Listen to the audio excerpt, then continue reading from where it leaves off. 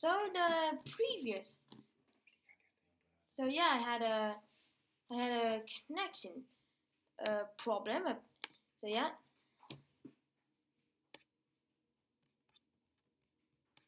So yeah, it was the other podcast unexpectedly crashed.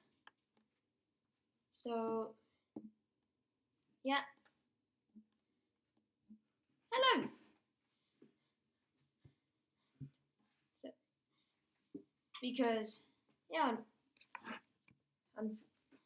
yeah. So we're just gonna continue from number 17, which is braids. Braids is actually very good. Every upkeep there is basically show and tell because yeah, basically that's it.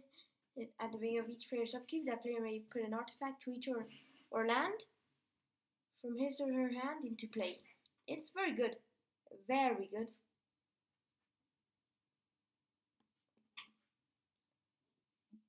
So, yeah, let's go to number 16, which is the Chronozoa. You might be thinking, what? How is this so powerful? It basically goes cloning itself. Because it just clones itself, like when it dies due to vanishing.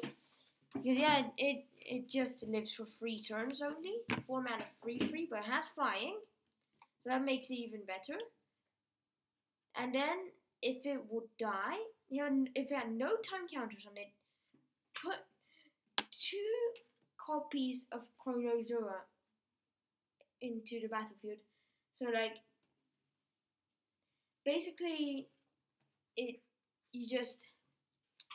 the player goes like, finally it's dead. Wait, what? 2 Chronozoas? So yeah. So it has so many interactions with it. Solemnity, Avoid Fate. Oh no, not Avoid Fate, I meant Transfer Fate, I think it was called. Let's see.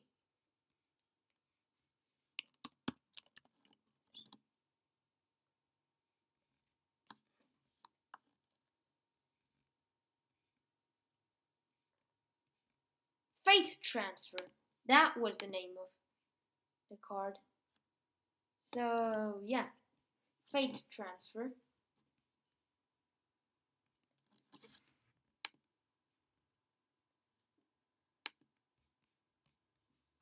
Yeah.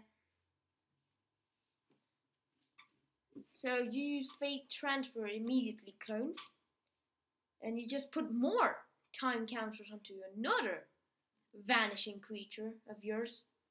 You're playing Temporal in Commander, which it's a bad strategy, actually. Like, your creatures only last for a limited amount of time.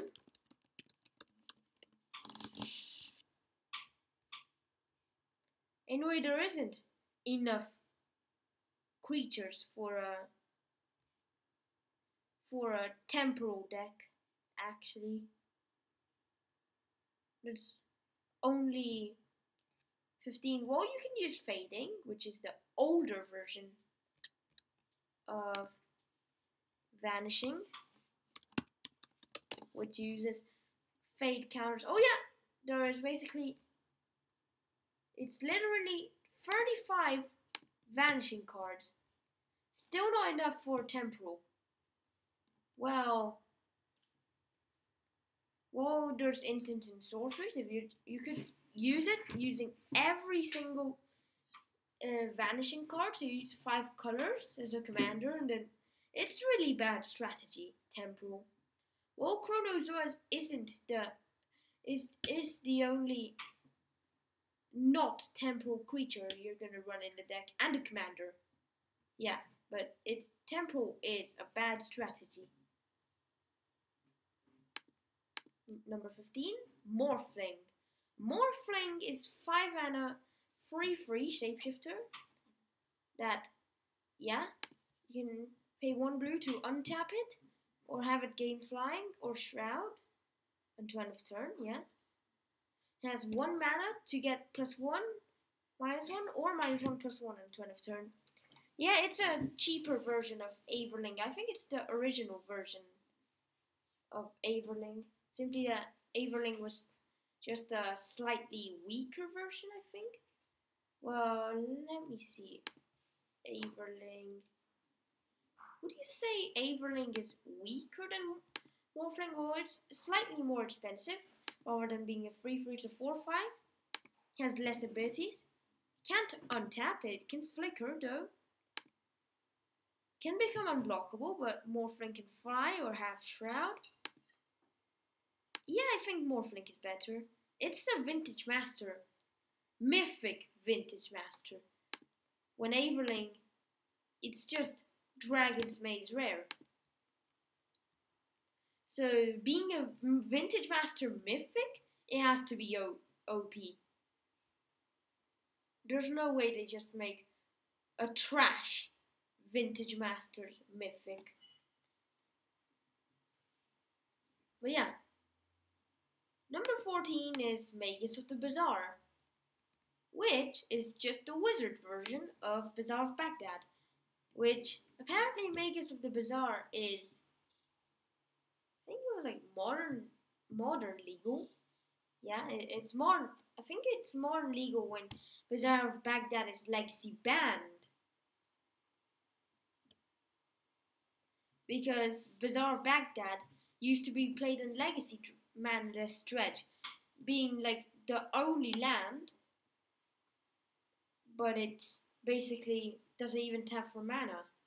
Well, if an opponent is playing Urborg, they could cast something, but still, it doesn't tap for mana, the Bazaar of Baghdad. Yeah. And yeah, it's not really card advantage unless you are actually you use the graveyard, which is most likely if you're playing Bazaar of Baghdad. Yeah.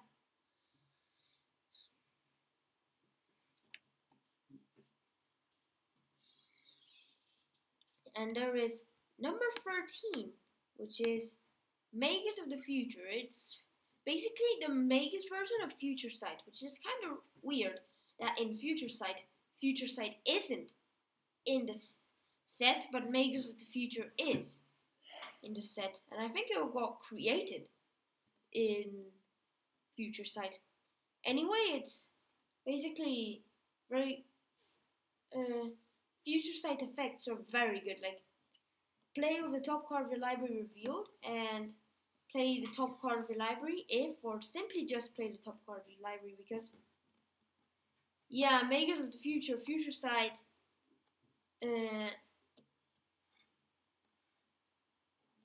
how do you call, what was that red thing again? That's played in standard mono red.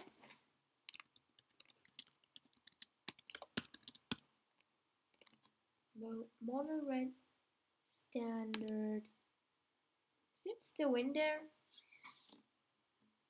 Is it still in there? Oh, Experimental Frenzy. That was a card. That's right. Ooh, 4 spectators. Wow. That is good, yeah.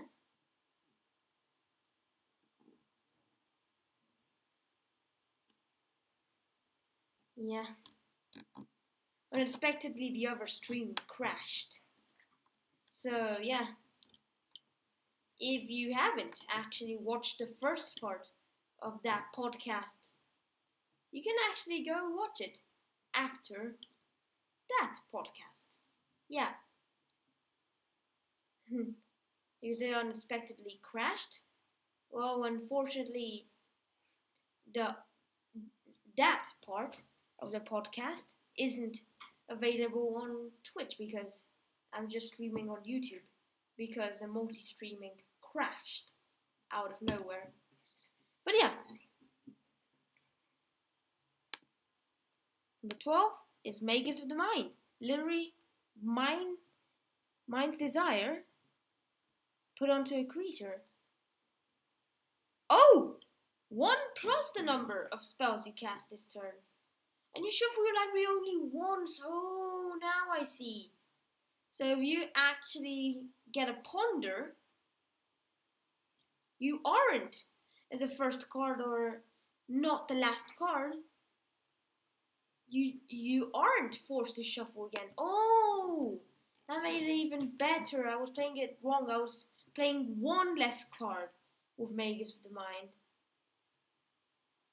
And I kept on shuffling the library every time. But yeah, that is very good.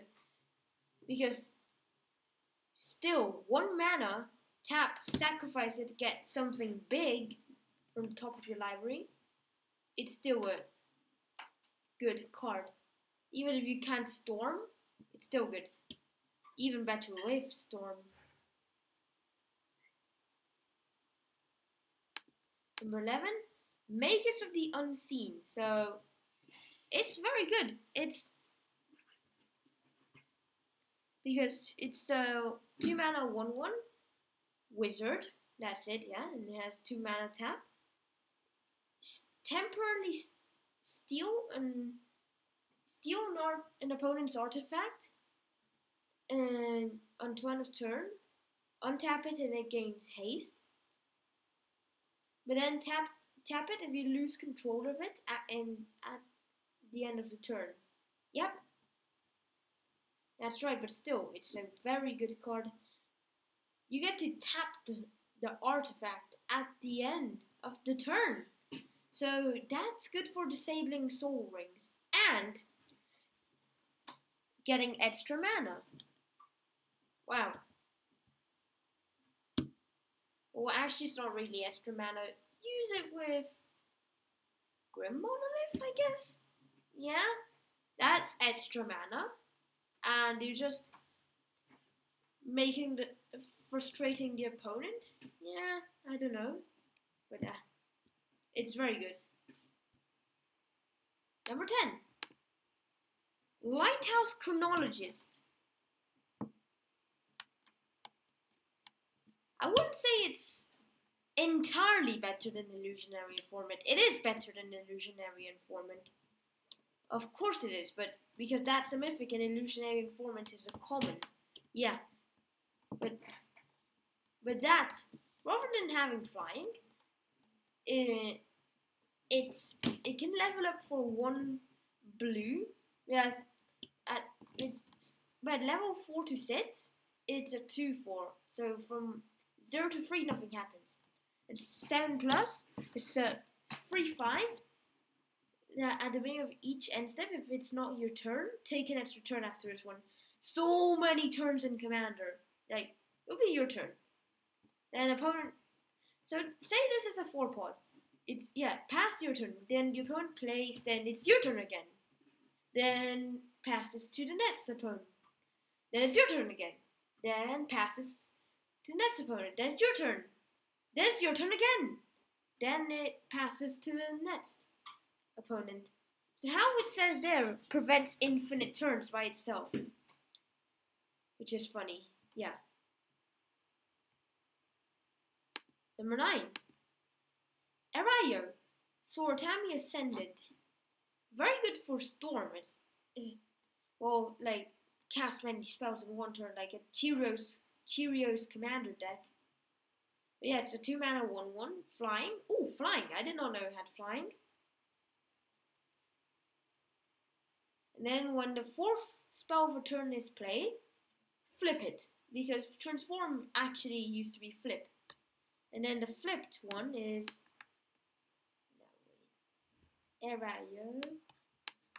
We just flip it. No. Erayo. Flip Erayo. That is Erayo flipped. Erayo's Essence. Legendary. Did I actually flip the text? Yep, I did. Okay, let's continue. Erayo's Essence. Counter the first spell played by each opponent each turn. So whenever an opponent casts his or her first spell each turn, counter it. That's what it literally says.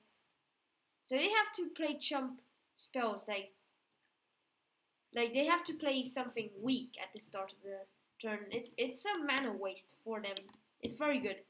Very good. And it being a moonfolk is even better because there are not much moonfolk, so it's unaffected by most stuff like destroy target goblin, destroy target merfolk, destroy target elf, etc. that destroy specific creature type. And if it says like destroy all creatures of one creature type, or like destroy all creatures that aren't of a creature type,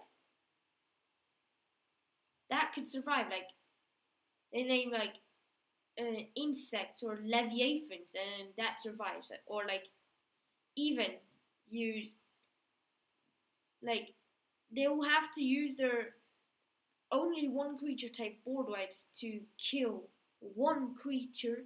Like they have to name moonfolk. Well, they could name monk instead of moonfolk because there's more monks than moonfolks. Yeah, of course, but there's not much monks either. But they're most likely going to choose monk, not moonfolk. But number 8, Master Transmuter. Yeah, it's very good. Turn 5 Blightsteel, Glittery. Or, no wait, turn 3 Blightsteel. So you turn 1 Soul Ring into Fort Vessel. Turn 2, Master Transmuter. Turn 3, tap, return 1 blue. Oh yeah. Tap, return, maybe itself, a different artifact could be, maybe Memnite, to bring in Blightsteel from your hand onto battlefield. Very good. Number 7, Teferi, the Mage of Zhalfir, yeah. 5 mana, 3/4 human wizard with flash, and the creatures you own that aren't in the battlefield have flash, but each opponent can cast spells only at sorcery speed. Does that have a timestamp effect with Vidalcan Orrery? Or does Teferi overpower Vidalcan Orrery or Leyline of Anticipation? If it's timestamp rulings, it's most likely that Teferi overrules Leyline of Anticipation, but it can sometimes happen that Leyline of Anticipation or the Vidalcan Orrery overrules Teferi due to timestamp. But I don't know. It's an interesting ruling, but still very good. Number 6, Deep Sea Kraken. Deep Sea Kraken is very good. 10 mana 6/6 that can't be blocked. We don't have to pay that 10 mana for that awesome 6/6. You could just suspend it for 9 for 3 mana. No, you don't have to wait till turn 12 to get it. It will just get there on turn 5/6 because whenever an opponent casts a spell, if it's suspended, remove a time counter from the Kraken. But yeah, so it's gonna, in the 4-pod commander, it's gonna get there quickly. 5-pod even quicker. 6-pod you'll get down on turn 4 or 5, maybe 5, but you get down like turn 4. Like if you suspend at turn 3, then they cast a lot of spells, reaches your turn, suspend, the last counter comes in, and number 5 is Kira, the Great Glass Spinner. So it's a 3 mana 2/2 spirit with flying, and creatures you control have, whenever this becomes a target of a spell ability for the first time in a turn, counter that spell ability. Yeah, similar to Arayo, but that does affect your own spells, unfortunately. It's still a great card.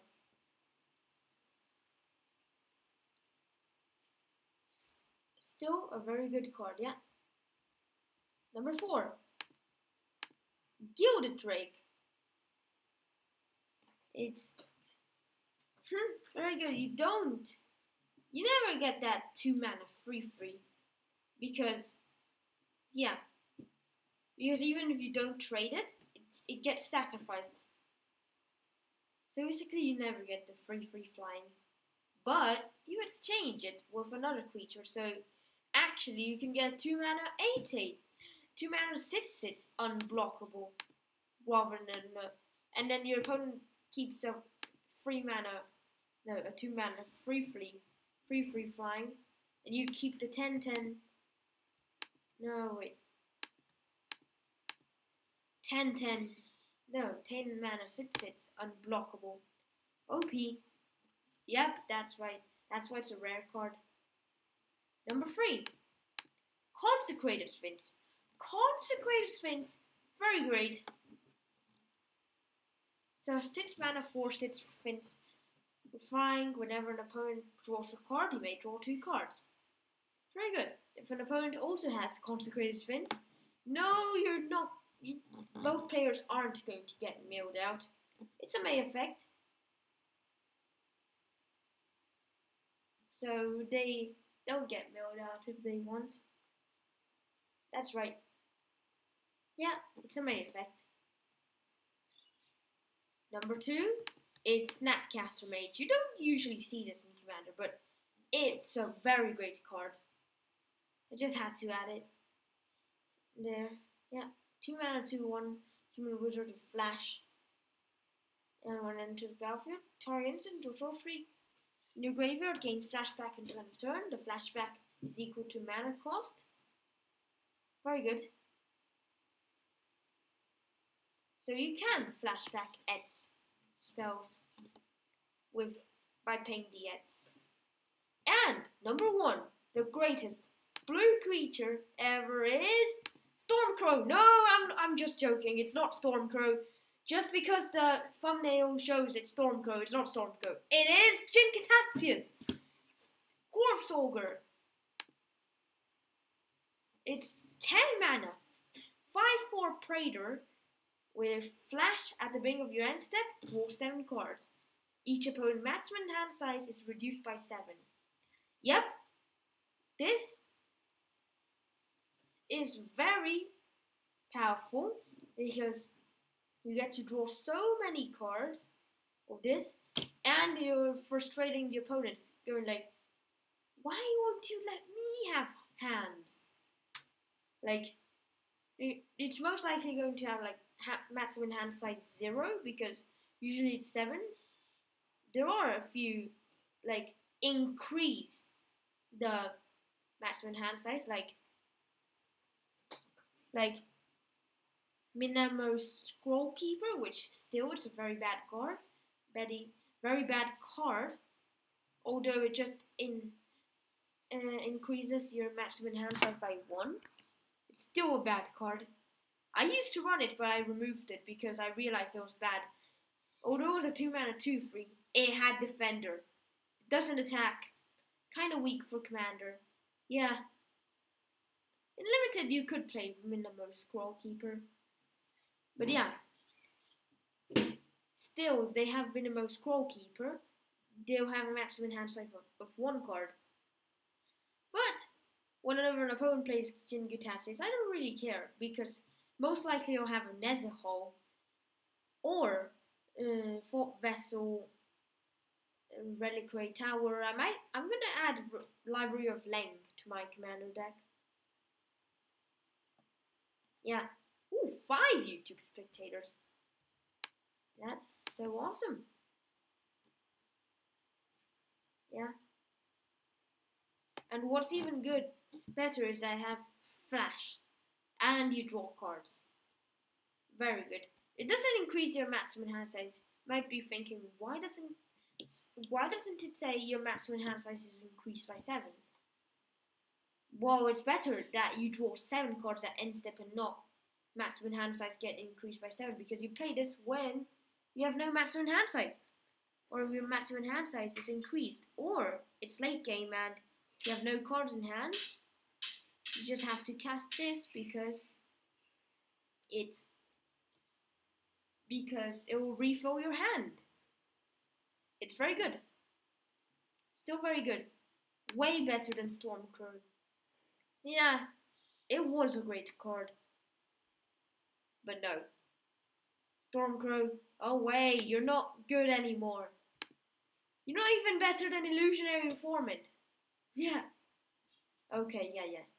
Illusionary Informant, I used to play it in... I played it in Conspiracy Draft because I just make it the best card in Conspiracy block for this... Well, not block, set, I meant. Yeah, Conspiracy set. Conspiracy Take the Crown. Yeah. I make it the best card in the set for limited. I mean draft, actually. Yeah. Because I just use so many... I use soul ties, so many... how do you call it? Oh yeah, conspiracies onto the Illusionary Informant, and then I make it very powerful. Like sometimes it's a 1 mana, 1 free flying. Sometimes it's 2 mana free flying, but it always has like when it dies you can pay 1 black to create a 2/2 zombie, or like when at the start of combat you can pay green to give it +1/+1, or when it deals combat damage to player, you can pay blue to draw a card, has flying, and also you can spy actually on the opponent, like spy 1 card from the draft. Like, okay, I draft Illusionary Informant, and then opponents go like, oh no, hopefully he doesn't see my drafted cards, and then 1 or 2 draft rounds picks later, flip it face down, see someone else's card, and then you're like, ooh, Mana Plasm, interesting choice. Because yeah, I won't even pick Mana Plasm in a draft, but yeah, it's a good card, Mana Plasm. It just, when I do that, I usually see Mana Plasm.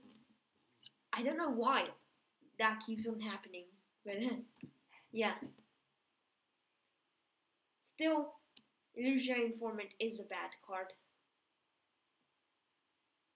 And Stormcrow, even worse. Yeah. There was a different card in Kaladesh, which was much better than Illusionary Informant.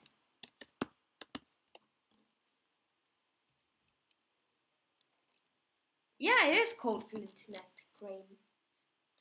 Very good. It's also 2 mana, 1 free flying, but then when it enters the battlefield, you look at the top 4 cards of the library. You may reveal an artifact from them and put in your hand. Put the rest onto the bottom of your library, and then in any order. Very good. It's card advantage anyway.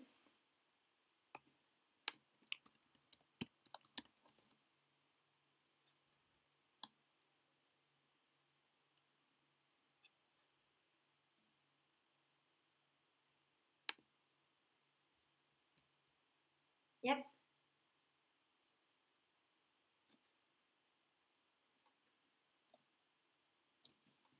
Yeah, it is very good.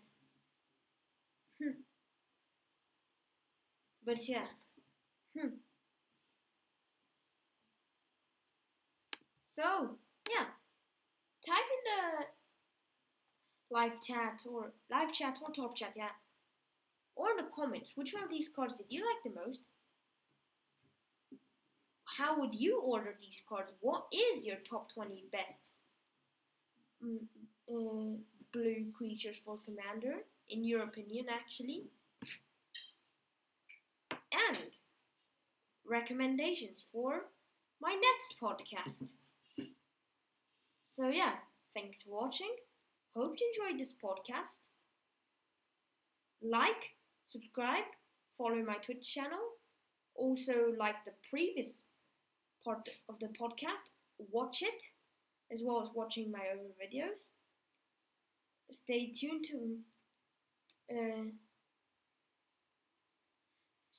to my next videos and podcasts and video streams and podcasts. Podcasts will be live every Tuesday, like this one.